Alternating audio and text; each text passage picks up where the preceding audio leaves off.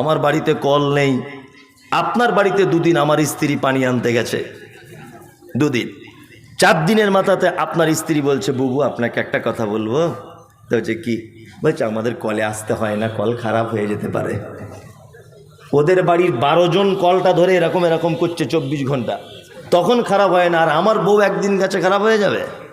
তুমি বদমাইশির জায়গা পাও না।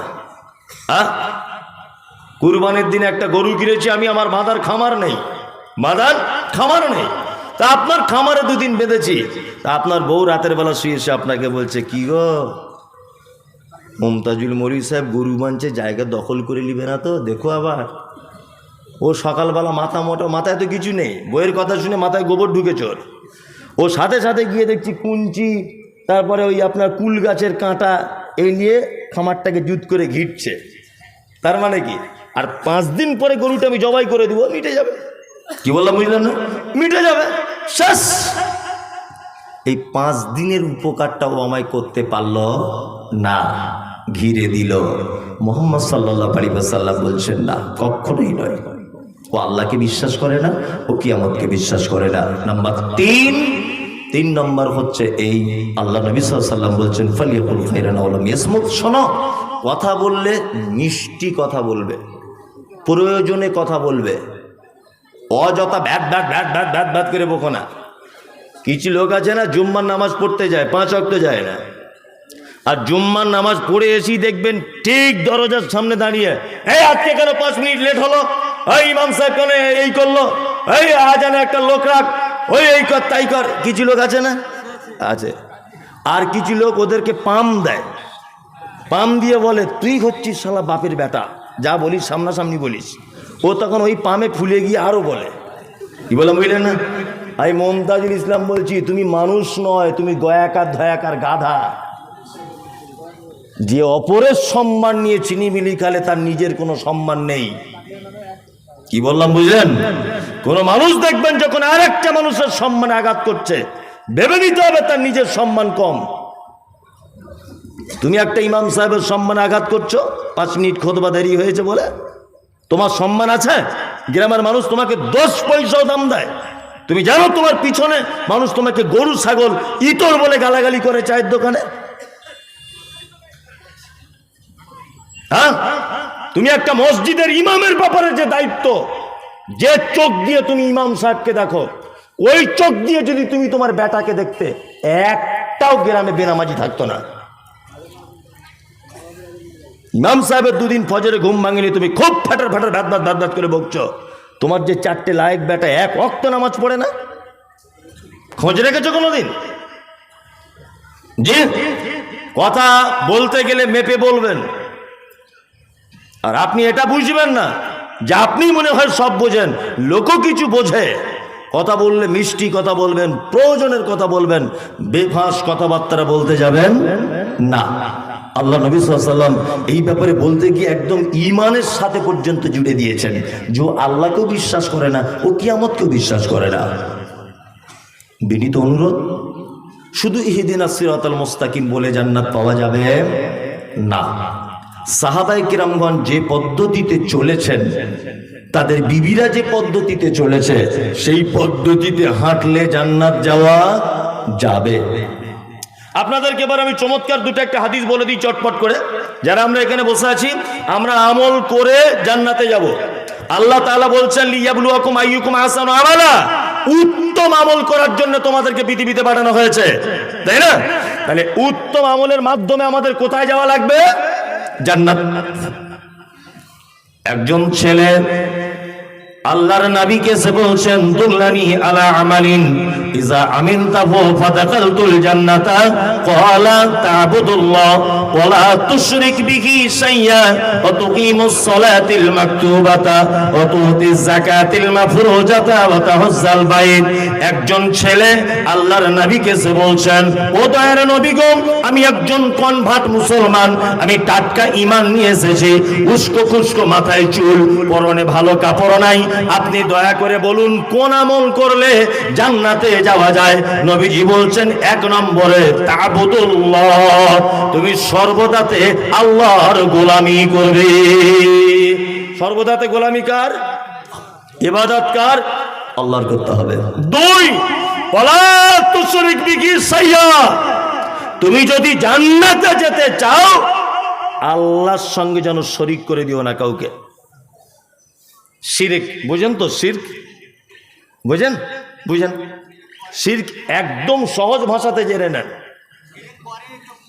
বলছি আল্লাহর যে ক্ষমতা আছে, এদিকে বেরোন, শিরক বলছে আপনাকে, আল্লাহর যে ক্ষমতা আছে এই ক্ষমতা পৃথিবীর অন্য কারো আছে এটা মনে করা শিরক। রুজি ডিপার্টমেন্ট কার হাতে? আল্লাহর হাতে, তাই না? সুস্থতা অসুস্থতা কার হাতে? আল্লাহর হাতে। চাওয়া পাওয়া সব কিছু কার হাতে? আল্লাহ সুবহানাহু ওয়া তাআলার হাতে। তার মানে আল্লাহর যে ক্ষমতা আছে এই ক্ষমতা অন্য কারো আছে এটা মনে করা শিরক।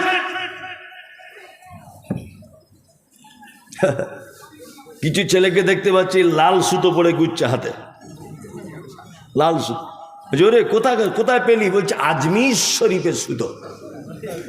আজমির শরীফ, আচ্ছা আচ্ছা আচ্ছা, তাহলে আজমিরে জুট মিল আছে নাকি? এত সুতো সাপ্লাই দেয় কি করে? হ্যাঁ, এত সুতো সাপ্লাই দেয় কি করে আজমির শরীফ? জুট মিল আছে ওদের? হুগলি জেলার হয়তো ডানকুনি জুট মিলের সুতো রং করে ওইখানে চলে গেছে, ওইটা হয়ে গেছে বরকতের সুতো।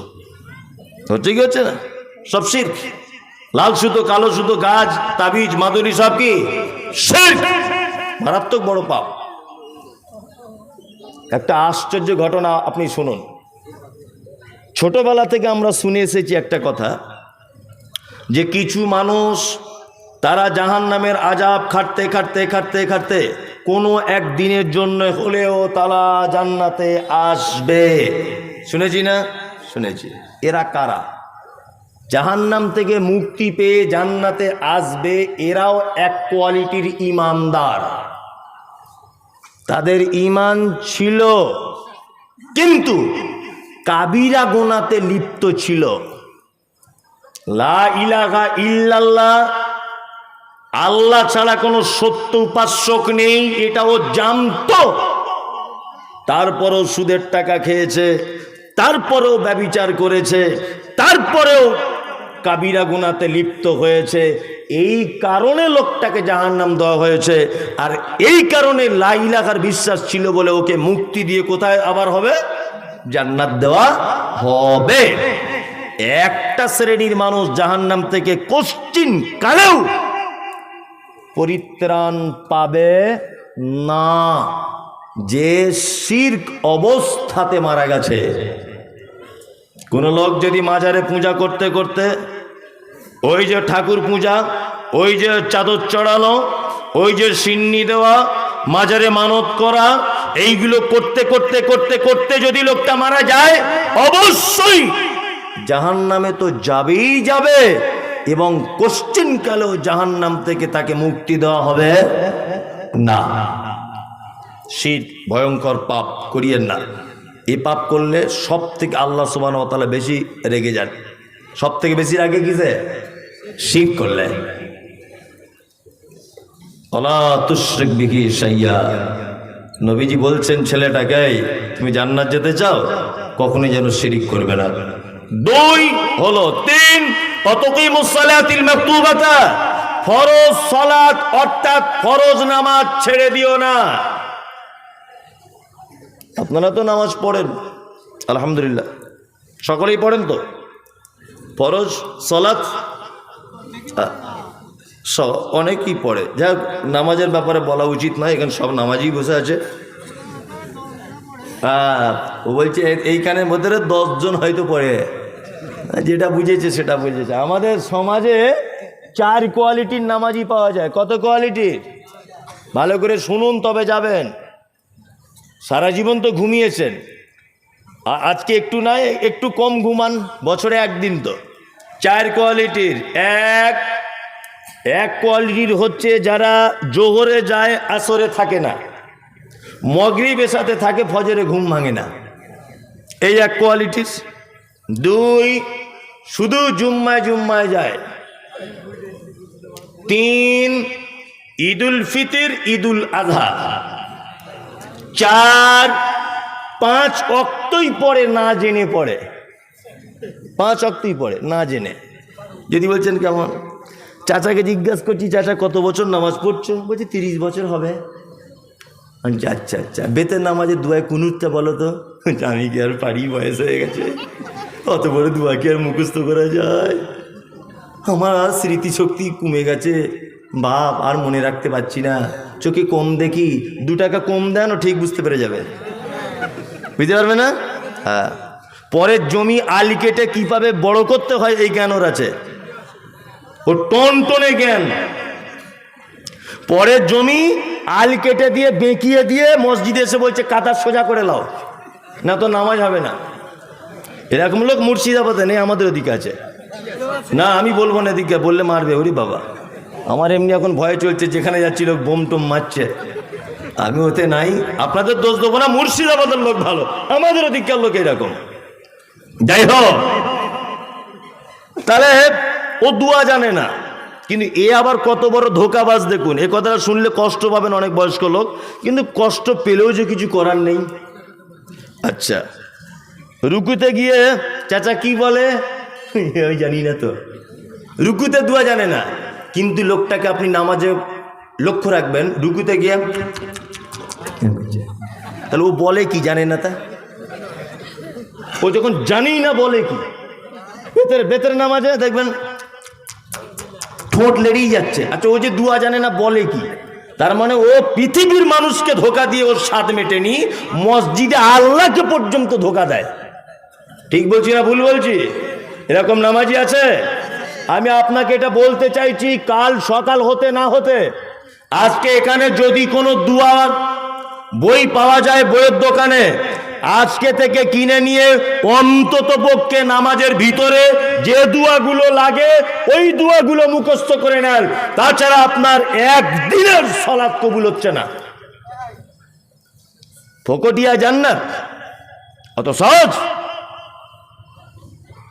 বাজারে একটা জায়গা বিক্রি হবে, আপনাদের এই বহরমপুর বাস স্ট্যান্ডের এখানে ধরে নেন, বহরমপুর বাস স্ট্যান্ডে লোক যেখানে চেন খুলে পেচ্ছাপ করে, বলুন তো দেখি এই পেচ্ছাপখানাটা আমি যদি একটা দোকান করার জন্য 1 শতক জায়গা মেন ফন্ডে বহরমপুরে কিনি, কত লাখ টাকা লাগবে?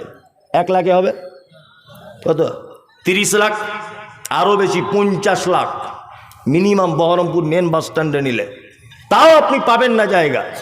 যেখানে লোক পেচ্ছাপ করে তার দাম যদি 50 লাখ টাকা শতক হয়, আর আল্লাহর নবী বলেছেন জান্নাতে একটা ধনুক রাখার জায়গা, একটা ধনুক, ধনুক বুঝেন তো, এই ধনুক, এই ধনুক রাখার জায়গা পৃথিবীর থেকে আরো অনেক গুণে বেশি। এত বড় তোমাকে জান্নাত দেওয়া হবে, আর তুমি কি ভাবছো দুয়া না জেনে এরকম রুকু সেজদা করলেই জান্নাত? অত সহজ? অত সহজ? 500 টাকার নোট দিলে 4 বার দেখে ঠিক আছে না গেছে, হ্যাঁ? আর আপনার মতো লোককে জান্নাতের ভিতরে দেওয়া হবে, একবার বাজিয়ে দেখা হবে না? বিনীত অনুরোধ, আপনার উপর আমার রাগ ক্ষোভ বিদ্বেষ কিচ্ছু নেই, এটাই অনুরোধ যে আপনি দুয়াগুলো মুখস্থ করুন। সারা জীবন আর এইভাবে চলবে না, 2 নম্বরই করে দুয়াগুলো মুখস্থ করুন। ইনশাল্লাহ চেষ্টা করব, ইনশাল্লাহ। এখন দুয়া জানার অনেক মাধ্যম, বই না কিনলেও মোবাইলে গুগলে সার্চ করবেন যে রুকুর দুয়া কি, তাসাহুদে কি পড়তে হয়, সব দুয়া আপনি মোবাইলের ভিতরেও গুগলে বসে পড়ে ফেলতে পারবেন, কোনো সমস্যা নেই। জি, একটা লোক মারা গেল, বলছি শুন, একটা লোক মারা গেল, মারা যাবার পরে ইমাম সাহেব বলছে আসসালামু আলাইকুম, মনোযোগ দিয়ে শুনবেন, কেউ যেন চেল্লামিল্লি করবেন না ভাই। আমাদের দক্ষিণ পাড়ায় আব্দুল করিম ভাই মারা গেছে, লোকটা খুব ভালো ছিল, যদি ভুল ত্রুটি করে থাকে আল্লাহর রাস্তায় ক্ষমা করে দেবেন, আর ঋণ টিন করে থাকলে আপনারা একটু আল্লাহর রাস্তায় পারলে মাফ করে দেবেন, না তো ওনার ছেলেকে বলবেন। এটা বলে কি বলে না? বলে। আর কি বলে? আর এই কথাটা বলে যে সবাই ভাইয়ের জন্য দোয়া করবেন, আমরাও এই পথের পথিক, এই পথে সবাইকে আসতে হবে, ভাইয়ের জন্য দোয়া করবেন সবাই। যে ভাইয়ের জন্য ইমাম সাহেব দোয়া চাইছে জীবনে 5 ওয়াক্ত সালাত আদায় করেনি, নামাজ পড়েনি জীবনেও। আচ্ছা বলুন তো দেখি, এর জন্য যদি কোনো মানুষ দোয়া করে, তার দোয়ার কারণে সে জান্নাত পৌঁছাতে পারবে? পারবে? পারবে না। তাকে জাহান্নাম খেটে খেটে শেষ পর্যায়ে জান্নাতে, ওই যে বলেছি লা ইলাহা ইল্লাল্লাহ ছিল তাই। কি বললাম বুঝলেন? আল্লাহর ভাষা কি? আল্লাহর ভাষা মা সালাকাকুম ফি সাকার ক্বালু লাম নাকু মিনাল মুসাল্লিন। একজন সাকার নামক জাহান্নামীকে জিজ্ঞাসা করা হবে, এই তুমি কেন জাহান্নামে? তখন সে বলবে ক্বালু লাম নাকু মিনাল মুসাল্লিন। সব ভালো কাজ ছিল ভাই।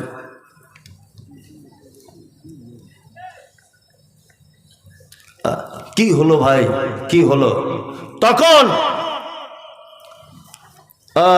ওই জাহান্নামী বলবে ক্বালু লাম নাকু মিনাল মুসাল্লিন, ভাই সব ভালো কাজ ছিল, শুধু নামাজটা পড়িনি, এই কারণে আমার থাকার জায়গা জাহান্নাম। কি বললাম বুঝলেন? অনেক মানুষ আছে না, বলছে মৌলভী সাহেব সব ভালো কাজ, শুধু নামাজ কি পড়ি না, আমার কি ইমানের কোনো ক্ষতি আছে? বলে না, শুধু নামাজ পড়ি না। এদিকে বেরোন, আমি আপনাকে কয়েকটা কথা বলছি, মনোযোগ দিয়ে শুনুন দেখিন। আমার ছেলে সেদিন আমাকে বলছে, আব্বা আমি মিলিটারির চাকরি করবো। জিদা কর, অসুবিধা তোর কিছু নাই। না আমার ছেলে মাঠে দৌড়িয়েছে ফার্স্ট, এটা বোঝানোর জন্য বলছি অরিজিনাল না, আমার ছেলের বয়স 12 বছর, তা ফার্স্ট হয়েছে, লিখিত পরীক্ষায় ফার্স্ট, মৌখিকে ফার্স্ট, সব কিছুতে আমার ছেলে 100-100। কিন্তু যখন ফিতে নিয়ে মাপছে তখন দেখছে 3.5 ফুট। বলুন তো আমার ছেলে কিয়ামত পর্যন্ত যদি বেঁচে থাকে মিলিটারির চাকরি পাবে? পাবে না। তাহলে এই চাকরির মূল শর্তটা কি? হাইট ভালো হতে হবে, মাধ্যমিক পাস হলেও চলবে, কোনো সমস্যা নেই। জাকাত আলহামদুলিল্লাহ ভালো, জলসা শোনা খুবই বাবা, খুব পটু, আবার যেখানে খাওয়ার ব্যবস্থা সেখানে সকালে গিয়ে বসে থাকে, সব ভালো কাজ, শুধু নামাজ পড়েনি, শুধু নামাজটা নাই, জান্নাত কে নাই। নাম্বার 2, যারা জোহরে পড়েন, আসরে পড়েন, মগরিবে যান না, ফজরে ঘুম ভাঙে না, এরা কেমন? আমার বেটা মাধ্যমিক পরীক্ষা দিচ্ছে, 4টে সাবজেক্টে পরীক্ষা, ধরে নেন 3টেতে 100-100 পেয়েছে, আর একটাতে পেয়েছে 0-0। যেদিন রেজাল্ট আউট হবে বলুন তো আমার বেটা পাস না ফেল? Fail, yes fail. 3টেতে কিন্তু 100, জোহরে গিয়েছে 100-100, আসরে 100-100, এসাতে 100-100, মগরিবে 100-100, ফজরে ঘুম ভাঙেনি 0-0। তার মানে তুমি বেনামাজির তালিকায়। ঘুম না ভাঙলে, ঘুম যখন ভেঙেছে তখন পড়ে নাও। কি বলছে বুঝতে পারছেন? চলুন, যারা জুম্মায় যায় তারা কেমন? আল্লাহ তাআলা বলছেন ফাওয়াইলুল লিল মুসাল্লিন, দুর্ভোগ ওয়াইল নামক জাহান্নাম ওই মুসাল্লিদের জন্য, আল্লাযীনা হুম আন সালাতিহিম সাহুন, যারা সলাত আদায় করে অস্বস্তি সহকারে, যারা সলাত আদায় করে এনার্জি লস সহকারে, যারা সলাত আদায় করে কি করে? তাড়াহুড়া করে, যারা সলাত আদায় করে সিস্টেম অনুযায়ী করে না, এরা সব সাহুন। 2, আল্লাযীনা হুম ইউরাউন, যারা সলাত আদায় করে লোক দেখানোর জন্যে, এদের থাকার জায়গা অয়েল অয়েল অয়েল, দুর্ভোগ। এইবার এখানে একটা কথা বলে রাখছি, জুম্মার দিনে ও যায় মানে এই কারণে যায়, কি কারণে যায়? জুম্মার দিনে যায়, বাজারে সবাই দোকানদার, সবাই দোকান বন্ধ করে নামাজ পড়তে যাচ্ছে, যদি আমি না যাই মান সম্মানের ব্যাপার। পাড়ার সব লোক নামাজ পড়তে যাচ্ছে জুম্মার দিন, আমি যদি বসে থাকি মান সম্মানের ব্যাপার। তাহলে এই লোক দেখানোর তালিকাতে এলো কি এলো না? এলো কি এলো না? এলো। তার মানে এর জন্য দুর্ভোগ, খুব বিপদ। সলাত একটা বাধ্যতামূলক ইবাদত, সলাত বাধ্যতামূলক ইবাদত। আল্লাহ তুমি আমাদেরকে ইবাদতের সঙ্গে যুক্ত থাকার তৌফিক দান করো, আমিন আমিন আমিন। আল্লাহ নবী সাল্লাল্লাহু আলাইহি ওয়াসাল্লাম তারপরে বলছেন, ছেলেটাকে তুমি জান্নাত যেতে যাও, ওতাসুমার রমাজান, রমজানের সিয়াম পালন করো 1 মাস। আর 5 নম্বরে তুমি যদি জান্নাত যেতে চাও তাহলে তুমি এক কাজ করো, মক্কা থেকে যাওয়া আসার টাকা যদি তোমার কাছে থাকে তুমি একবার হজ করে নাও, তুমি জান্নাত চলে যাবে, তুমি জান্নাত চলে যাবে। একজনা একটা প্রশ্ন করেছেন, জানাজার নামাজ একদিকে সালাম ফিরে নামাজ হবে কি? সঠিক উত্তর দেবেন। সভাপতি সাহেব আছেন, উনি বলবেন। যাই হোক, উনি উত্তর দিয়ে দেবেন আলহামদুলিল্লাহ। তা যে কথা আপনাকে বলছিলাম, ভালো আমল করে জান্নাত যাওয়া কি যাবে। এবার আপনাকে আর একটা কথা বলে দিচ্ছি, খুব মনোযোগ সহকারে শুনুন। কয়েকটা দুনিয়াবি ছোটখাটো ভালো কাজ বলে দিচ্ছি, আজকে থেকে আমল করবে ইনশাল্লাহ। হাত তুলুন তো, কারা কারা তুলুন। নামাজ বড্ড কঠিন ইবাদত, ওটা নাই বা পারলেন। আর কটা ছোট ছোট বলে দিই ইনশাল্লাহ। হাক্কুল মুসলিম আলাল মুসলিম খামসুন রাদ্দুস সালাম। মুহাম্মদ সাল্লাল্লাহু আলাইহি ওয়াসাল্লাম বলছেন, এক মুসলমান আর এক মুসলমানের উপরে 5টা জিনিসের হক। আর একটা হাদিসে আছে 6টা। ভালো করে বুঝবেন, 5টারটা বলছি আপনাকে। এক, রাদ্দুস সালাম। তুমি তোমার ভাইয়ের সঙ্গে দেখা হলে বলবে আসসালামু আলাইকুম। ইনশাল্লাহ আজকে থেকে সালাম চালু করবো ইনশাল্লাহ। এটা একটা সুন্নত, আর এটা একটা ফ্রিতে নেকি। আসসালামু আলাইকুম বললে 10টা নেকি, হ্যাঁ 10টা নেকি। কিন্তু এইখানে নেকি নিতে গেলে আপনাকে 20 টাকা দিয়ে তবে 10টা নেকি নিতে হবে। তাহলে 20 টাকা দেওয়া ভালো না সালাম করা ভালো? সালাম করবেন, ফাও নেকি এগুলো। দান একটা আলাদা সাবজেক্ট, ওটা আলাদা বিষয়, কিন্তু এগুলো ফাও নাকি। চলুন, ওয়াইয়াদাতুল মারিজ। কোন মানুষ অসুখে যদি পড়ে যায় দেখতে যাবেন। দেখতে গেলে নাকি কি আল্লাহ নবী সাল্লাল্লাহু আলাইহি সাল্লাম বলেছেন, কেউ যদি সন্ধ্যাবেলা কোনো অসুস্থ মানুষকে দেখতে যায়, দেখতে যাওয়ার পদ্ধতি আছে। গিয়ে মাথায় হাত দিবে, দিয়ে বলবে লা বাসা তাহুরুন ইনশাল্লাহ। বাংলায় এইভাবে বলবেন, যদি আরবিতে না পারেন, যে ভাই তুমি কোনো টেনশন করো না, আল্লাহ নিশ্চয় তোমাকে ভালো করে দেবে। এতটুকু কথা বলবেন, আল্লাহ তোমাকে ভালো করে দেবে। আল্লাহ তোমার হয়তো পরীক্ষা করছে। একটা কথা মাঝখানে বলে রাখছি, এটা জেনে রাখা ভালো হবে, যে হঠাৎ করে পাড়ায় একটা লোক 2 বছর অসুখে বিছানায় পড়ে আছে। আর কিছু লোক কি বলছে, এমনি পড়ে আছে, কম পাপ করেছে জীবনে, বলে কি বলে না? বলে একদম না, আপনি ভুল বলেছেন। শুনুন, যার পরীক্ষা যত কঠিন তার প্রাইজ তত ভালো। আল্লাহ তাআলা কোনো মোমেনের যখন কল্যাণ চান, বিভিন্ন অসুখ দিয়ে পরীক্ষা করেন। যে লোকটা 2 বছর যাবৎ বিছানায় পড়ে আছে, ও যদি শুধু একটু ধৈর্যটা যদি ধরে, যে আল্লাহ তুমি আমায় পরীক্ষা নিচ্ছ না, আমি তোমার পরীক্ষা দিতে প্রস্তুত, তাহলে দেখবেন আপনার থেকে ও কিয়ামতের মাঠে বড় জান্নাতে গিয়ে বসে আছে। যার যত দাম পরীক্ষা কঠিন, তার ফলাফল তত মিষ্টি, খুব ফলাফল মিষ্টি। হ্যাঁ হ্যাঁ, খবর দেন। পিপলখোলার মিনারুল ভাইকে আছেন, মুর্শিদ মাওলানার বাড়িতে আপনার বাড়ির মেয়ে লোক আছে, বাড়িতে যার জন্য খুব বসে আছে, অপেক্ষা করছে, একটু তাড়াতাড়ি চলে যান। যে কথা বলছিলাম, যে অসুস্থ মানুষকে দেখতে যাবেন। কেউ যদি সন্ধ্যাবেলাতে যায়, সকাল আবার আগ পর্যন্ত আসমানে ফেরেশতারা তার জন্য কল্যাণ কামনা করে, যে দেখতে গেছে, রুগীর জন্য নয়।